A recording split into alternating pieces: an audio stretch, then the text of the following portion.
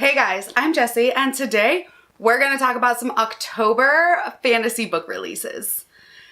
There are a few coming out this month that I am really excited about and wanted to share with you.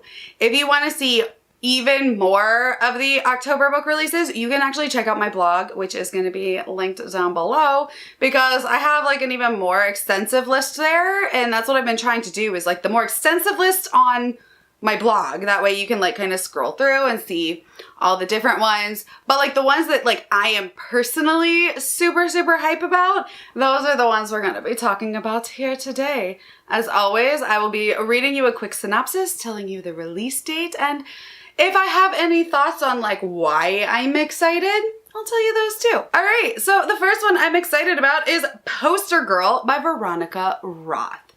Veronica Roth is the author of the Divergent series, which I read when I was like a teenager probably.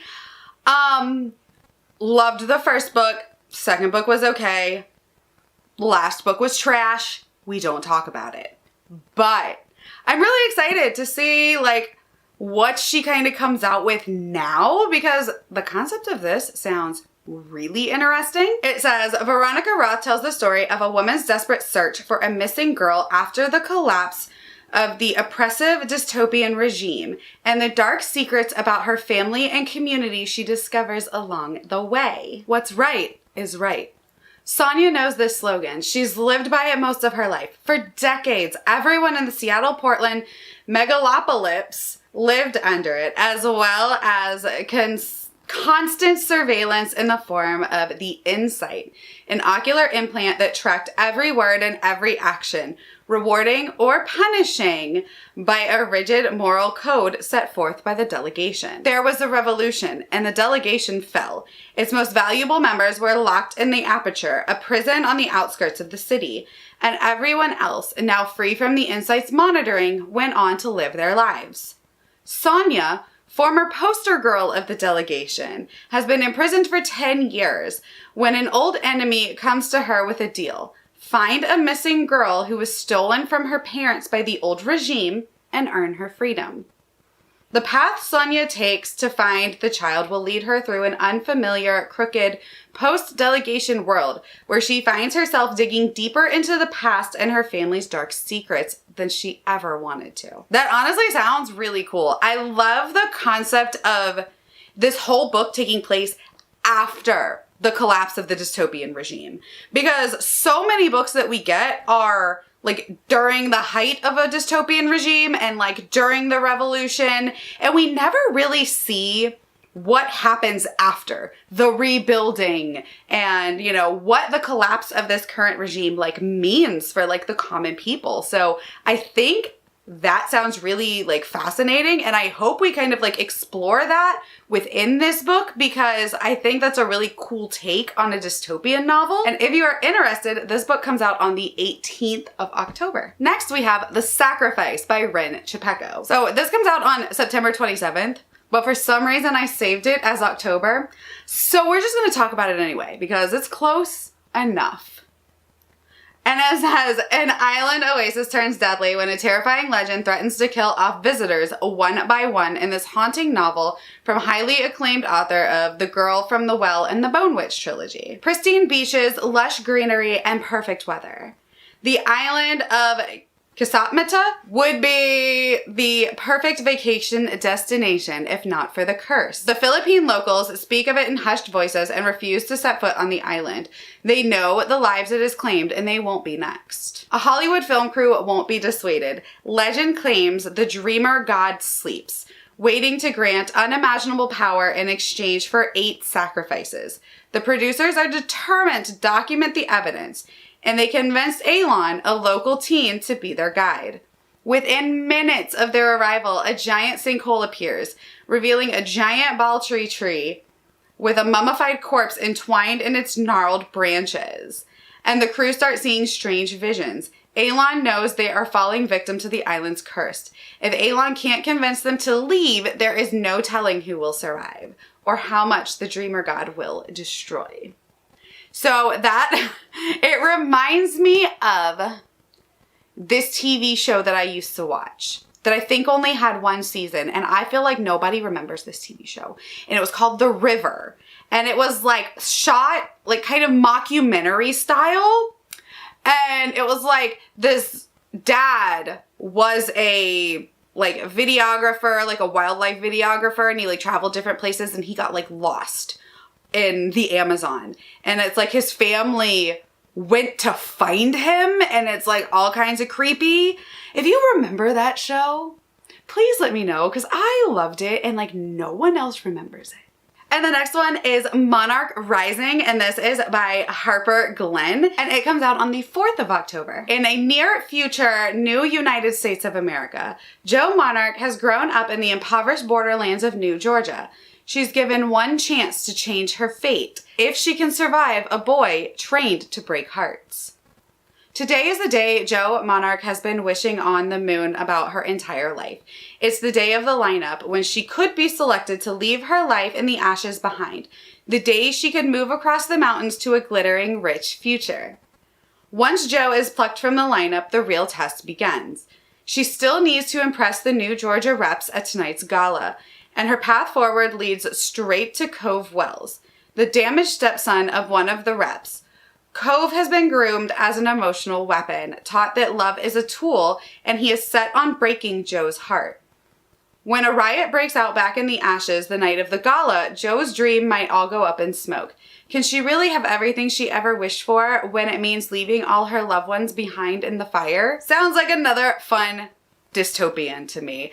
And look, even by that description, we know that this boy who like sees love as a tool or whatever, that is the love interest. Like, might be a little bit on the typical side, but I'm excited to see how it's done because it sounds like a really interesting take on the dystopian, and yeah, it's got a pretty cover. And I've been kind of into like wanting to read more dystopians again. Like I used to read a lot like as a teenager, but I haven't really read a lot of dystopians like in a long time. So seeing multiple dystopians come out, like I'm pretty excited. All right, next is The Whispering Dark by Kelly Andrew, and this comes out on the 18th of October. This book is pitted as The Raven Boys meets Ninth House in the most exciting debut of 2020, a dark atmospheric fantasy about a deaf college student with a peculiar connection to the afterlife. Delaney is tired of being seen as fragile just because she's deaf. So when she's accepted to the prestigious program at Godbold University that trains students to slip between parallel worlds, she's excited for the chance to prove herself. But her semester gets off to a rocky start as she faces professors who won't accommodate her disability, and pretentious upperclassmen fascinated by her unusual talents. Colton Price died when he was 9. Quite impossibly, he woke up several weeks later at the feet of a green-eyed little girl. Now, 12 years later, Delaney has stumbled back into his orbit, but Colton's been ordered to keep far away from the new girl and the voices she hears calling to her from the shadows. Delaney wants to keep her distance from Colton, and she seems to be the only person on campus who finds him more arrogant than charming. Yet after a Godbold student turns up dead, she and Colton are forced to form a tenuous alliance, plummeting down a rabbit hole of deeply buried university secrets.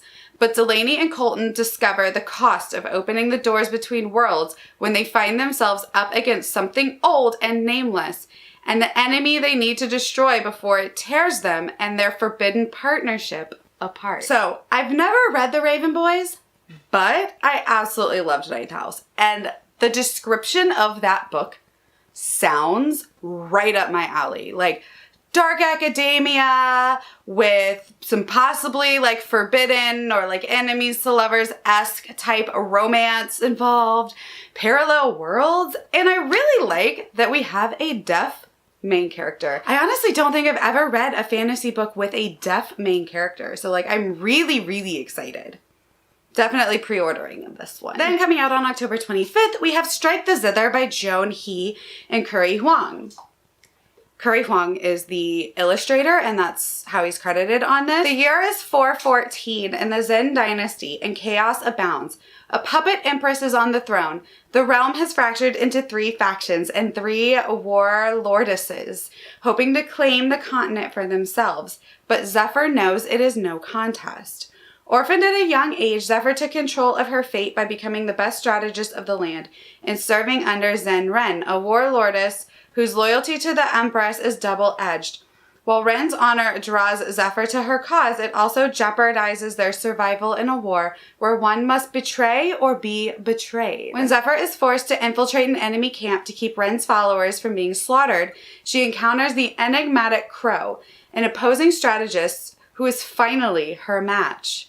But there are more enemies than one, and not all of them are human. I actually have an arc for this on NetGalley, and I'm planning to try to get to it like super soon because that just sounds so good. Again, we've got like the espionage, and it just sounds cool, right? Like, and look at the cover.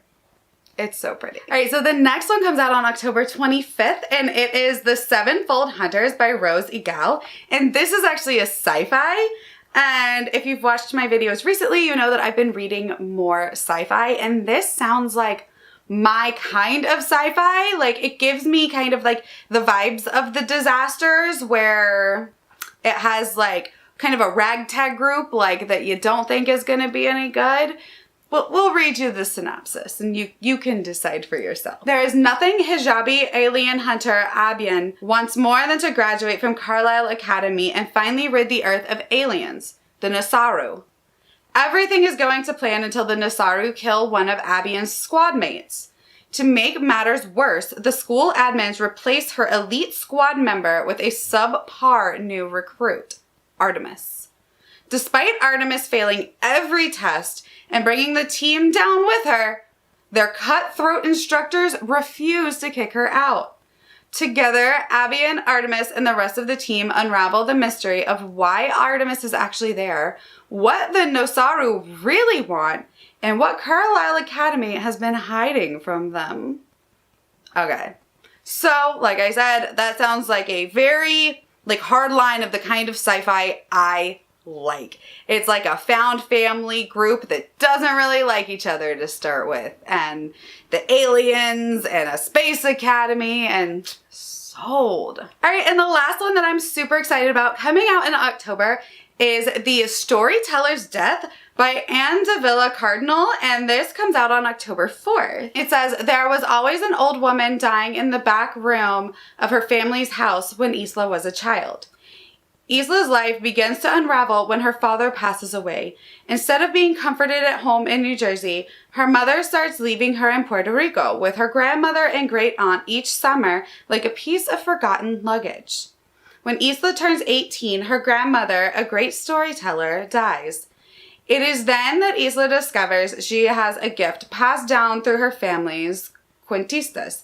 The tales of dead family storytellers are brought back to life, replaying themselves over and over in front of her. At first, she's enchanted by the connection to the Sanchez cuentistas. But when she has a vision of an old murder mystery, she realizes that if she can't solve it to make the loop end, these seemingly harmless stories could cost her her life. I don't know about you, but that right there sounds really, really good. I love the concept of that family generational kinds of stories. A lot of the books that I like have a lot of things that have to do with different intergenerational curses and things that happen, and it kind of gives me some Encanto vibes, not gonna lie, with the whole family generational trauma.